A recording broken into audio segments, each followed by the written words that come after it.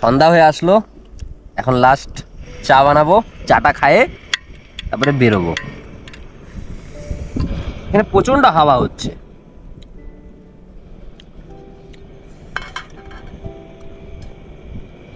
দুধ বাঁচায় রাখছিলাম, দুধটা দিয়ে দিবো, এটা দিয়ে চা বানায় খায় দায় বাড়ি।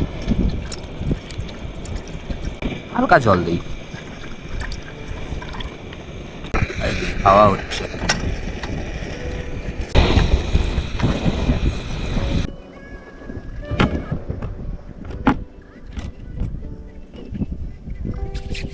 দারুণ হাওয়া হচ্ছে এখানে, এখন সন্ধ্যা হয়ে আসছে না।